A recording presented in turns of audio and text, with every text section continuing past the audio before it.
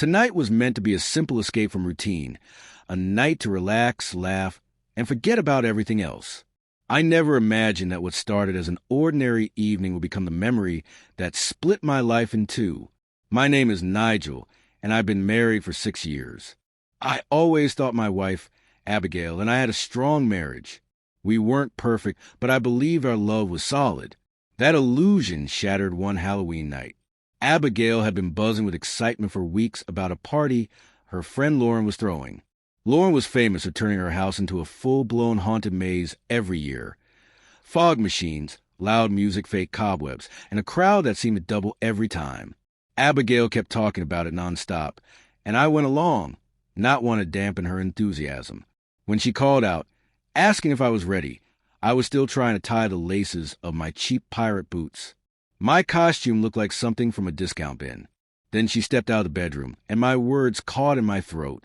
She was dressed as a vampire queen, black corset, short leather skirt, and smoky makeup that gave her a dangerous allure. I wanted to tell her she was showing too much, that it made me uncomfortable, but I swallowed the words. I didn't want to be that husband, the controlling one. So instead, I smiled weakly and said she looked amazing. By the time we arrived, the house was already packed. Music pulsed through the walls, and the smell of alcohol mixed with cinnamon candles. Lauren, wearing a torn zombie bride outfit, greeted us at the door and hugged Abigail tightly. Her eyes swept over Abigail's costume, and she smirked. "You're going to steal the spotlight tonight." Abigail laughed it off, but I could tell she liked the attention. Inside, the party was chaos. Crowded rooms, flashing lights, and people in ridiculous costumes shouting over the music. Abigail floated from group to group with ease, laughing, drinking, and leaving me behind in her trail of perfume. With every hour, I watched her get looser, louder, and more distant. Eventually, I couldn't see her anywhere. I found Lauren and asked where Abigail had gone. She shrugged carelessly. "Relax, Nigel. She's fine. Let her have fun." Her tone made my stomach twist. I finally spotted Abigail in the backyard, chatting with a tall man in a werewolf mask. He stood close, too close. She introduced him as Tyler, one of Lauren's co-workers.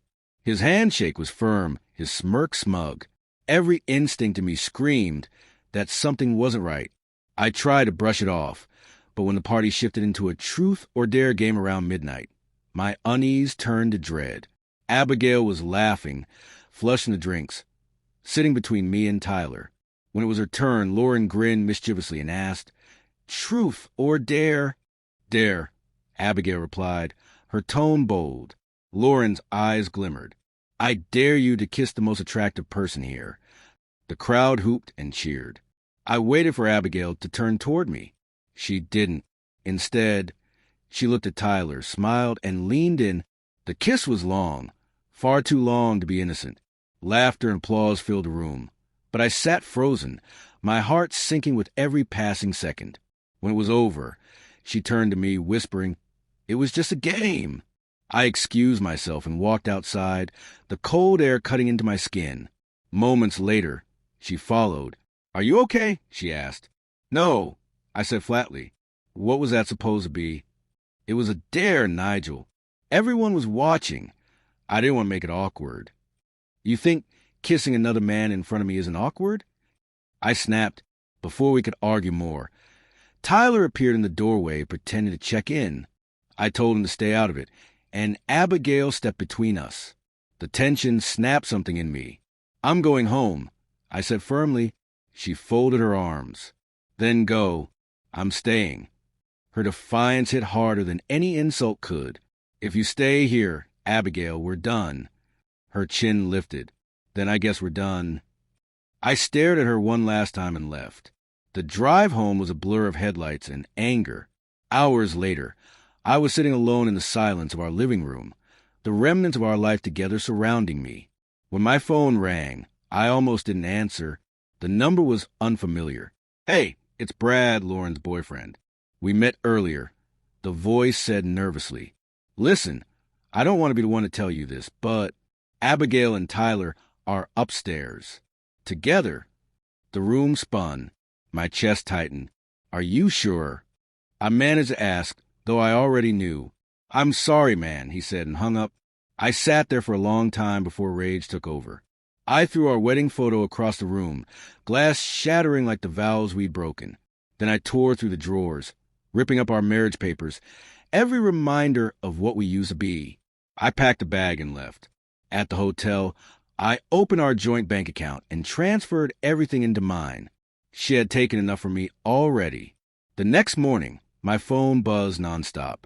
I ignored her calls until I finally picked up. "Nigel, where are you?" she cried. "Where do you think?" I said coldly. "You stayed at that party.